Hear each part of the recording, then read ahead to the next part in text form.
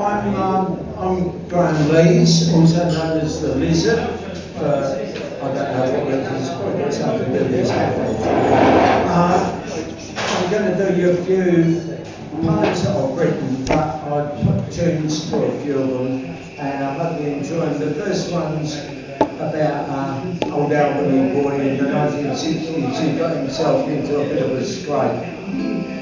We just arrived the night before in a place called Suturday. Some mortars landed near the trench, the place where we were at. No one even seemed to know what the hell was going on, so we stayed there in our hooches right up until the dawn. It still seems so unreal to me that day in '66,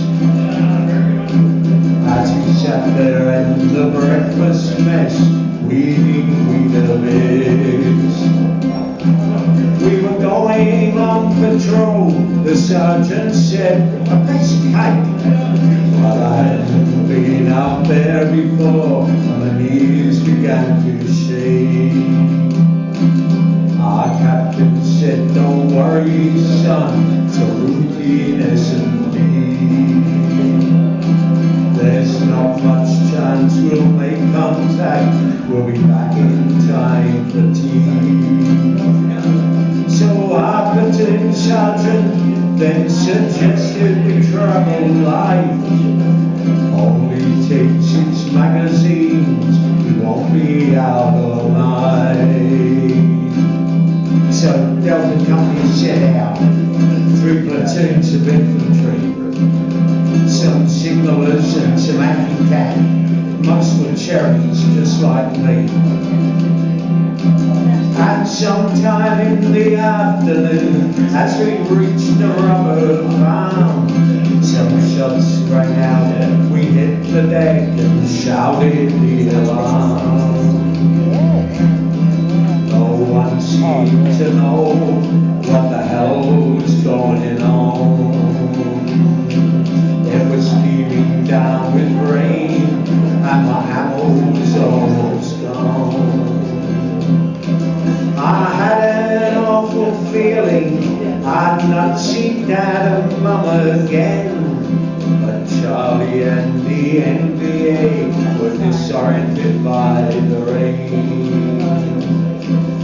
We heard the sound of Furies flying overhead. They dropped some ammo to us, without it we'd be dead. I filled some magazines, they popped up to take a shot, when a round hit my shoulder and knocked me off my spot. Colin shouted for a medic to get me out of there. The bullet went into my chest and missed my heart, an inch to spare. Sergeant Major Kirby picked me up and carried me, and that was no mean feat, because I stand 6'3". They got me back to Louis and on a chopper to hometown. I heard the medic say, there's no hope for this one now. But somehow those Americans performed a miracle that night, and then in a few days they got me on a flight. They handed me the bullet they pulled out of my chest, and flew me back to Sydney, then my home there in the West. I put that bullet in a frame upon my mantelpiece, and for 50 years I wished that those damn nightmares would cease. For half a century more or less, I've had a farm down here in the south. I still get the sweats at night and wake up with a dry mouth. That's all I want to say for now, just an ordinary man who bloody nearly lost his life in the Battle of Longtown. And that one's for you, Harvey.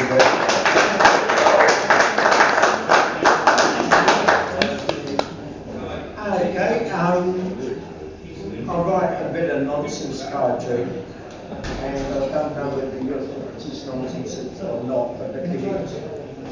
It's mostly nonsense.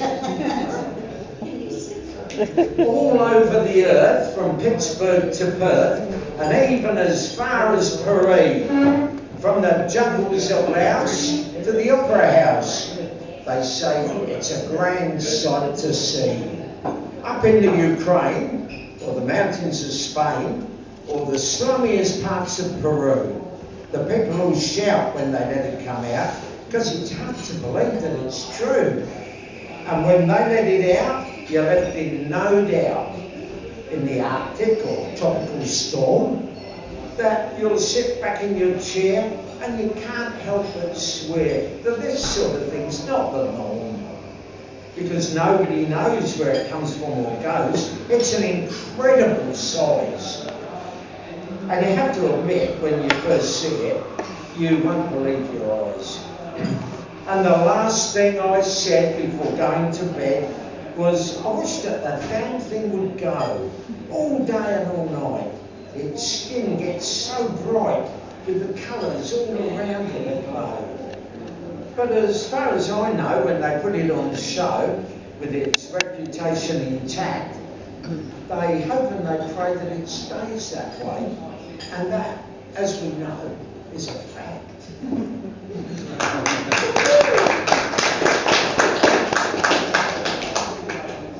Right now, if you come round my place any day or night, you're sure to hear the Kingston Trio. And this is one of my favourites. It's Calypso. It's about a much warmer place than this. But the booze is no better. Oh, till I go down to Bimini. Never tasted liquor till I go down to Bimini. We were all sailors till the day I will put into Bimini Bay. We tapped the keg, we loaded up, woke up to find the boat was gone.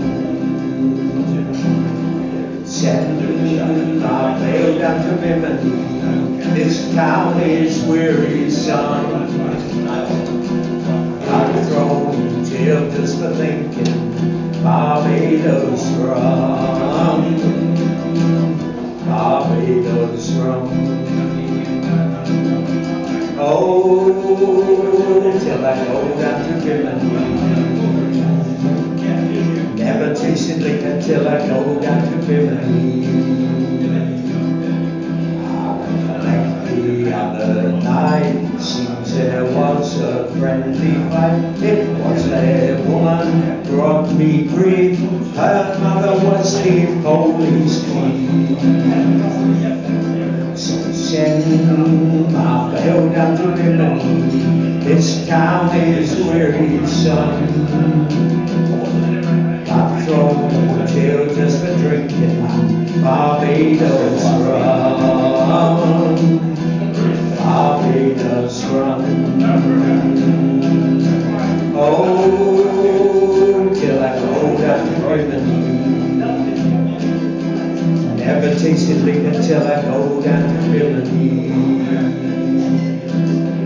I told him I would mend my ways, paid me out in 30 days. One little drink to quench my thirst should have read the label first. Send my mail down to Albany. This town is wearisome. Got thrown in jail just for drinking Barbados rum. Barbados sailors run. Oh, till I go down to Bimini. Never tasted liquor till I go down to Bimini. See a Bimini kind of God to be providing room and board. I'm anchored here by ball and chain, squeezing the rum from the sugar cane. So much got the jumpy sails, see how the mainsails set. Call the captain aboard and let me go home. I wanna go home. I wanna go home. I feel so broke up. I wanna go home. I feel so broke up. I wanna go home.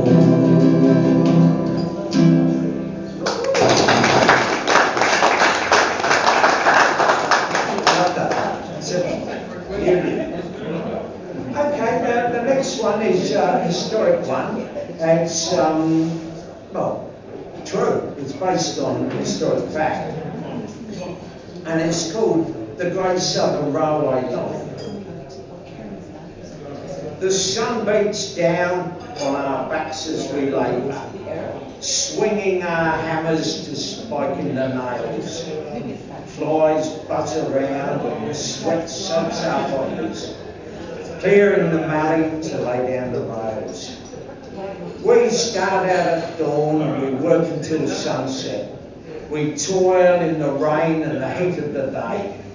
Our rough calloused hands and our tired, aching muscles, breaking our bodies to the pay. We started out in October from Beverley, a week off for Christmas, then back to the grind. £2 a week for another mile further, tired in the body, numb in the mind. 200 miles south, another team labours. They started out in Albany town. In the heat of the summer and south where it's cooler, they're working northwards while we're working down. A gang out in front is clearing the pathway, rooting out trees and blazing the trail, putting up bridges and building embankments, cutting the bush out to lay down the rail.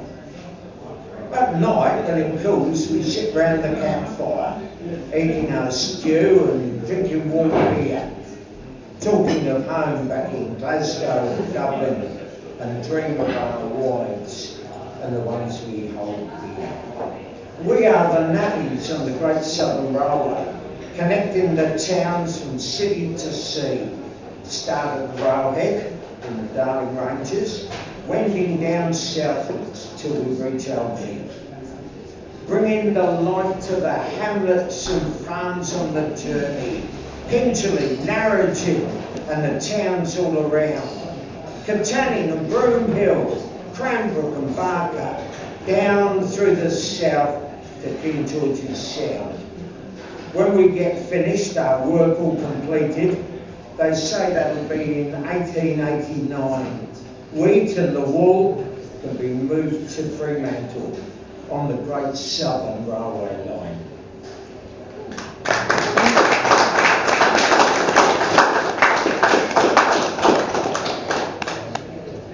They call it the water of life for good reason.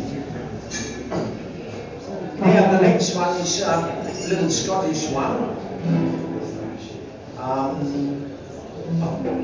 Some of you may know it. I've done it here before, at Albany before. Rory from Fife had a whore for a wife, and he lived his life high on the hog.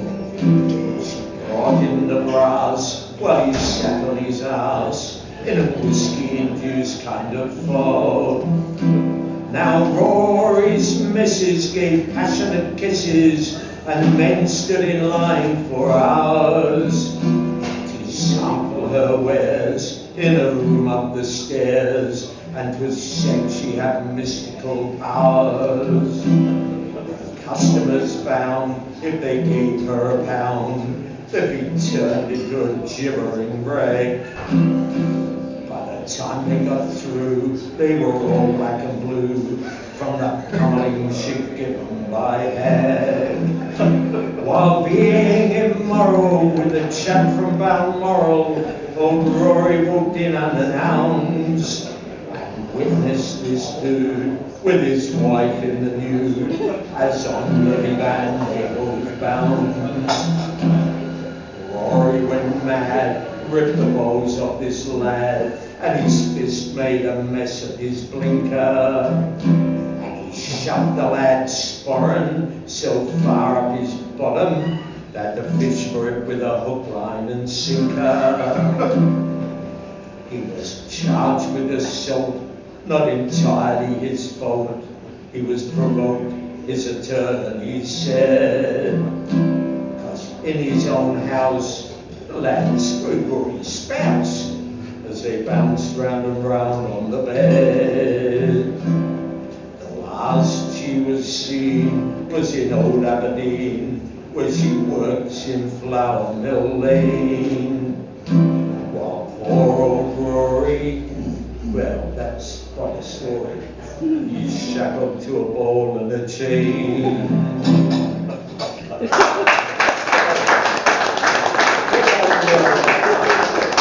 Last one, Grant.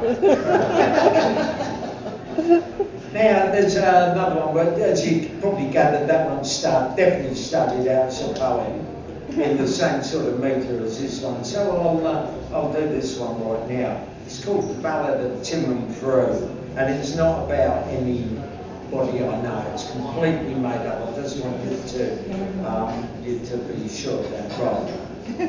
Timothy G lived in old Albany, a beautiful town to live. And like so many guys, he couldn't organise, and his memory was like a sieve. It wasn't that Tim was stupid or dim. If you thought so, you would be wrong. He had 3 PhDs and so many degrees, his door plate was a metre long. He knew so much, until he used to forget to eat or to comb his hair.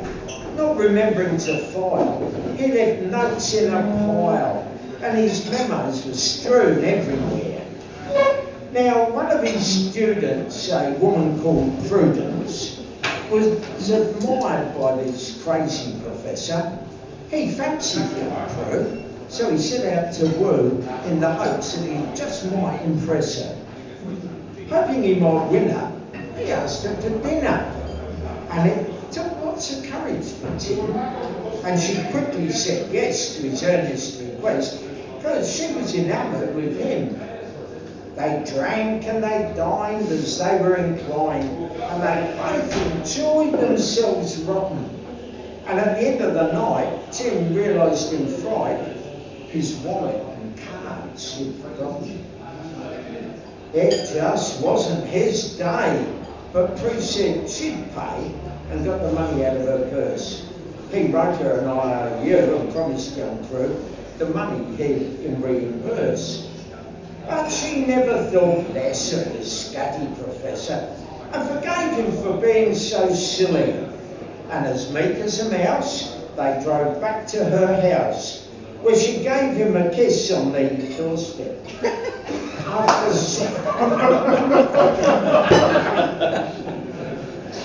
After several more dates, they became more than mates, and he asked her to become his spouse. And it didn't offend him when she organised his attending. That's stretching the line a bit, isn't it? And it didn't offend him when she organised his attending and tidied the rest of his house. So Prue and Tim G are as blissful as can be, and their marriage is a raging success. Tim works hard and good, like a good husband should, while Prue cleans up all of his mess.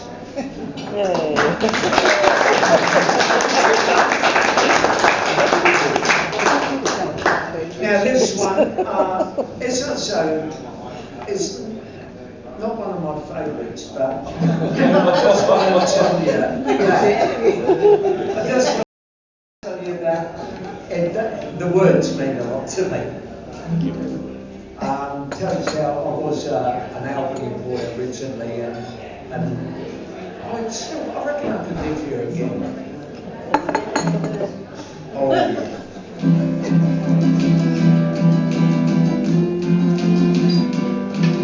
As I wander out to slumber in my suburb industry, where the heat flies through the window like a furnace in a mill,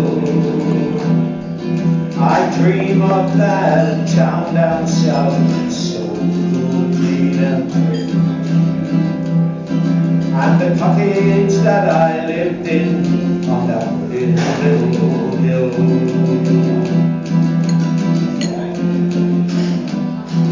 It wasn't my idea back then to come to Perth to live. You didn't really have a choice, you had to work to stay alive. But I always promised I'd return when I could retire. And I was not held hostage to that old 9 to 5. But now my family has grown up, the children of their own now. It's hard to leave your grandkids and your children who live there. They need to have their grandparents, even though we're old now. Let's face it, I turned 76 later on this year. It's quite a way to drive up from that old great southern town. My joints are stiff, I get so tired, my eyes are getting dim. And though it's really not that far, 6 hours at the most, by the time I've driven it, I'm nearly all done in.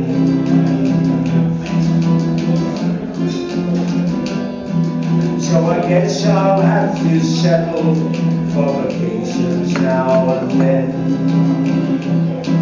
Spend a week, or if I'm lucky, maybe a fortnight, and try to make each moment count while I am here now.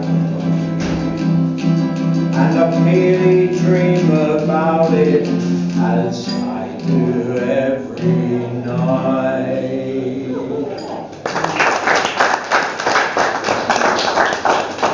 Yeah, what you said what I mean.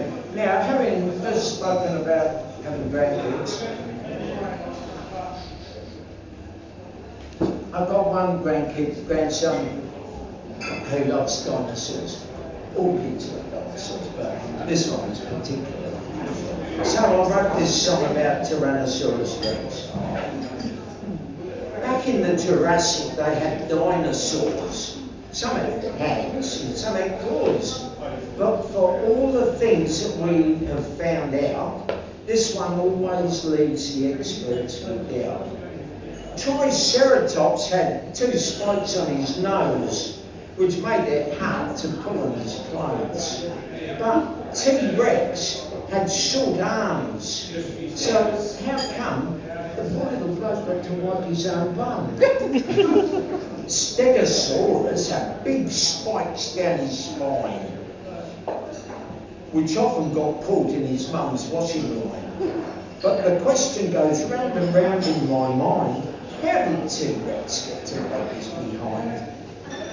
The pterodactyl caught everyone's eyes over the swamps and the rivers he'd fly. But I keep asking the question and think, come blimey, how did T-Rex get to wipe his own hiney? I feel sorry for Rex, the poor little soul, when he got up there and sitting on the bowl, because with such short arms, it must have been rotten when he found they didn't reach round to his bottom.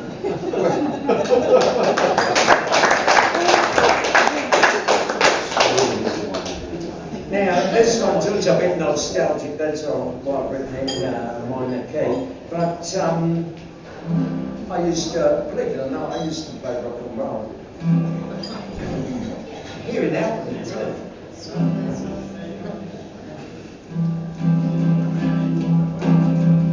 You remember when we played Friday nights to Saturdays? We started out in town and ended up in dance place. All night long till it was light, we stayed there every Friday night, drinking lager and rum and coke until we all got rat-faced. Friday night was the place to be, down at the Stomping Waikiki, playing the Stones and Easy Beats, the Monkeys and our own stuff. Clark on keyboard, Stan on lead, Tap Fred on drums, and we all Don would be our colours, though his voice was pretty rough. All that winter of '66, rock and roll and throwing chicks. Then we crash out Saturday on the bar at Dance Place. Saturdays were just a blur, hang over headache from Fred and I would hang my car with his drums and guitar case. Those were the days when we were kids, never thought about what rock and roll and chicks was all we wanted then. I can tell you we had a blast, the '70s, '66 was long since past. All rolled, all grew older and some have died, but I still remember when.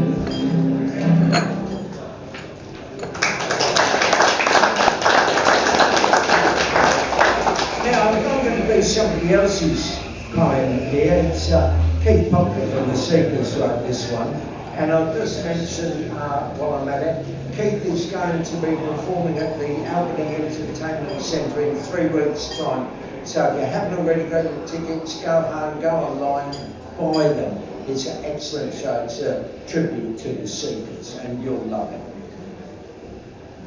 Anyway, this is by Keith, so don't blame me if the words are offensive. Here's a tale I will tell that you may know as well, of a leprechaun, Seamus by name. It was said when unzipped, he was quite very quick, and that's why he achieved his great fame. He stood 2'1", a bundle of fun, a larger-than-life leprechaun. Was it fable or fact that the devil's own pack meant that Seamus was many times born? He would come back to earth because he thought it was worth spreading happiness through song and dance. And it's clear that meanwhile he made young ladies smile when they noticed the bulge in his pants. In a previous life, Anne Boleyn was his wife, but he had pretty maids everywhere. When he wanted to flirt, he'd slip under their skirt, and he didn't used to come up for air. He would bring frequent joy to sweet Helen of Troy, while Paris was off fighting wars. Though Seamus was young, his fame was far flung. He was known as her Troy boy, of course. He would cuddle and pet with Marie Antoinette, but their lovemaking left Seamus soft. Marie had a clue. She knew just what to do, so she let him eat cake while they bombed. He was just like a pet to Marie Antoinette. When in season, they'd oftentimes make, and she made him eat cake. Chocolate pudding she'd make, but Seamus preferred sticky dough. A trip down the Nile though it made Sailor smile, gave him no time to relax. Cleopatra appears to have held both his ears and engaged in unspeakable acts. Sometimes he would stay not much more than a day. Then he'd go back to leprechaun land. But he quite liked the jar, and he looked so bizarre with a pint pot in each tiny hand. After one drunken feast, Seamus ambushed the priest, thinking he'd got Mother Superior. The priest blessed his luck because he'd broken his duck in the monastery's own cafeteria. Now, Keith's last line to that was much ruder than I'd say.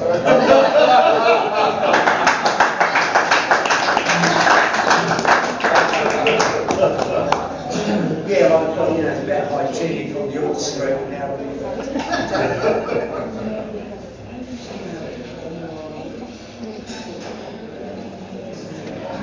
Okay, now I'm also going to do somebody else's song, but only just because I love it. I love this song.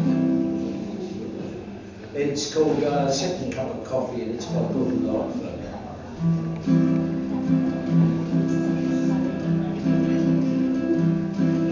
I'm on my second cup of coffee. I still can't face the day. I'm thinking of the lady who got lost along the way. And if I don't stop this trembling hand from reaching for the phone, I'll be reaching for the bottle, Lord, before this day is done. I'm on my second cup of coffee, but I still can't face the day. The room was filled with laughs as we danced the night away. But my sleep was filled with dreamings of the wrongs that I had done, and the gentle, sweet reminder of a daughter and a son. Sitting alone, my friends have all gone home. You never know when they'll come dropping in. Thinking of girls with their fingers in my curls, too young to understand how love begins. I'm on my second cup of coffee, but I still can't face the dawn. The radio is playing a soft country song, and if I don't stop this trembling hand from reaching for the phone, I'll be reaching for the bottle, Lord, before this day is done.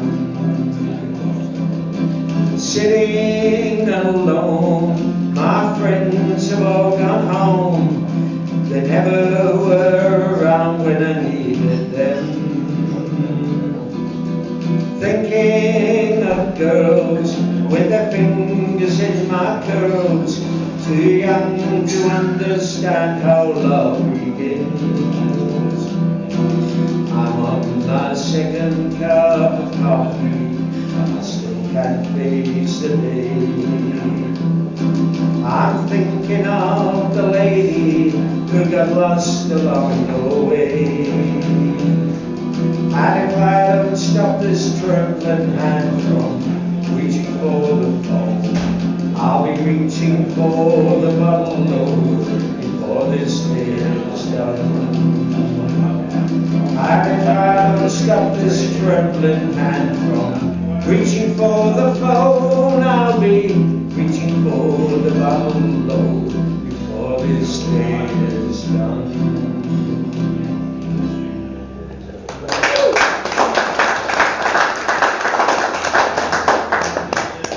And so because I know there's Scottish people in the room, I'm not mentioning any names, I'm going to do another Scottish song, poem. It's called Hamish from Wick. Hamish Killick from the city of Wick, was proud of his heritage line, and he gallantly told of his ancestors bold who drank whiskey burnt into wine. He grandly would say how they came from Norway to pillage and plunder and rape. His tales were the best from old Inverness right up to the John O'Groats Cape. In his Wick's tartan kilt with his broad Scottish lilt, the tourists were always regaled. From the North Sea so broad with a shield and a sword, he would tell how his ancestors sailed. With their longboats and swords, these bold Viking hordes sailed into the Wick unannounced to murder the men, and after that then, unto the wee lasses they pounced. So frightening and feared, with red whiskers and beard, these chaps ran amok through the village with their bloodlust and greed. They sowed all their seed as they raped and they plundered and pillaged. Hamish thundered on board and the folks would applaud.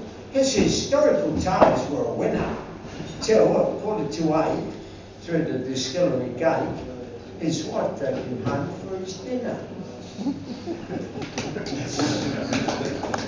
Now, I don't really know how I'm going, so I'm going to do this one now because I've got 10 more minutes. Oh, good. Well, I'll stick with my original plan. I just wanted to get that one in. This one, I wrote this one day. It was a rotten day. It was lousy. I was driving down the Mitchell Freeway to work. And I thought, I'd rather be anywhere but here. But I'd rather be, best place of all would be down here. Please come and see me if you come down to the coast this winter. You don't need to ring or write or let me know before. Couldn't get you off my mind, thought about you all through summer. You don't have to say a word, just turn up at my door. Please come and see me if you come down to the coast this winter. Drive out to the sternings of the sea on the Sound. Cozy nights we'll spend together in a small cafe or restaurant. Hearts and minds above the clouds, feet swept off the ground.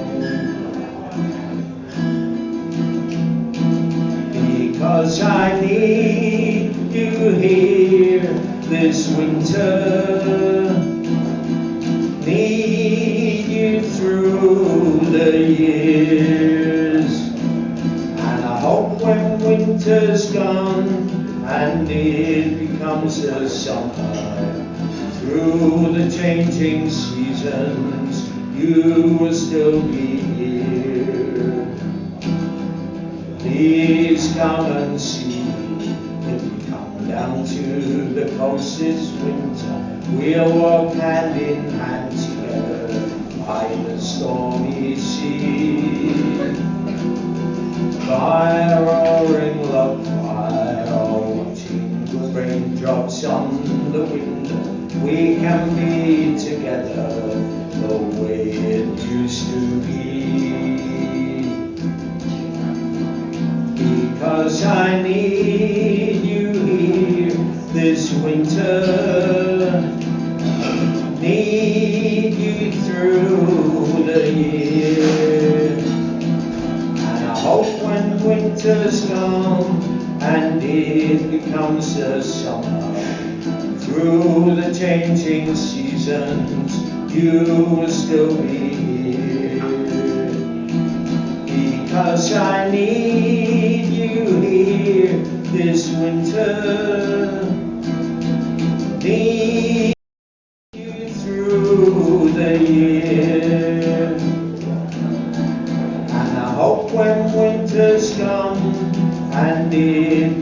comes the summer, through the changing seasons, you will still be here.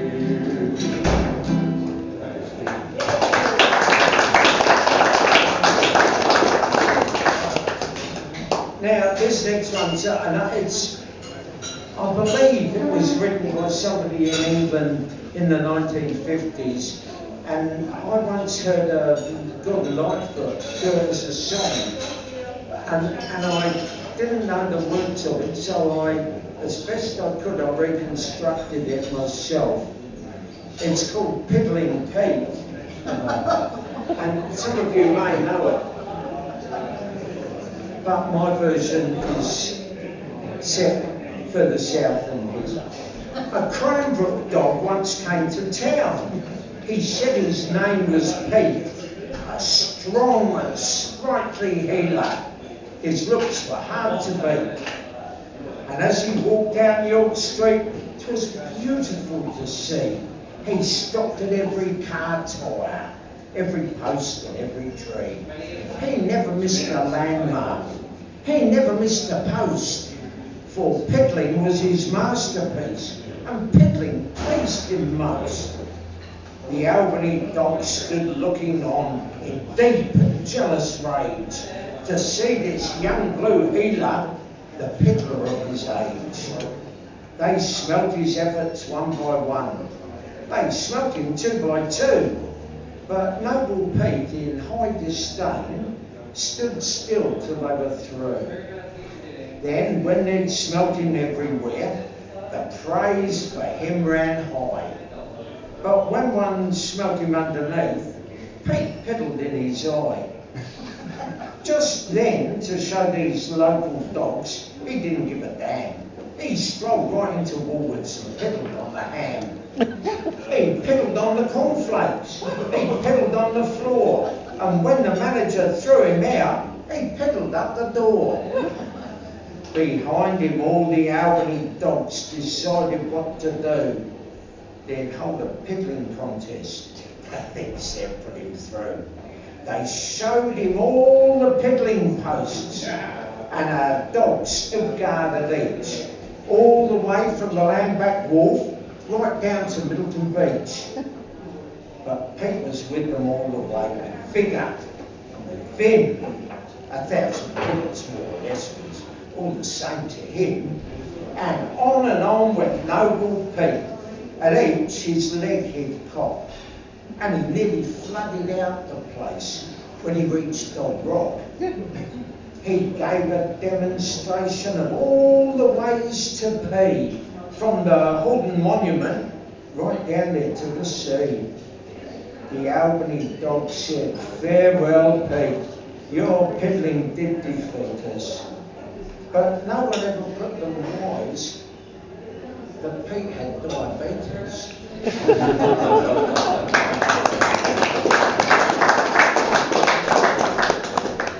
Now this one you can join in the chorus. I wrote this for, really, I suppose for the Albany Shanty Club, which meets here on what night? Wednesday night, once a month. Yeah, the last Wednesday. So it's a little bit of an advertisement. So I know Flossie's going to play me and try and play me with a couple of years. At Frenchman's Bay, one winter's day, the fog was lightly soon. Some friends and we had a cup of tea from the shanty brew. The main idea was to drink some beer and have a damn good sing. Some songs to sing along that had that shanty ring. I little, little, little, I little, little, little, I little, little, little, I. In my backyard we practiced hard and sang our songs with pride. And if it rained or neighbours complained, we used to go inside. And very soon we had lots of tunes sung in a shanty style. About sailing ships and the rosy lips of a mermaid's sexy smile. I little, little, little, I little, little, little, I little, little, little, I. We always sung, may the wellerman come, and Barrett's privateers. And when we did the coffin lid, we had the crowd in tears. The captain started on moves on the water and on a far offshore. The crowd sang along to the Mingale song and hollered out for more. I little, little, little, I little, little, little, I little, little, little, I. So if you're down in a great southern town on a Wednesday evening, come and have a jar at the Premier Bar and join us as we sing. And if you care to stand up there and be the Shanty man, we'll all join in and make a din as loudly as we can. Everyone can join in this chorus. I little, little, little, I little, little, little, I little, little, little, I. I little, little, little, I little, little, little, I little, little, little, I. And that's it. A good note to finish on. Thanks very much for your applause and your appreciation. Thanks. I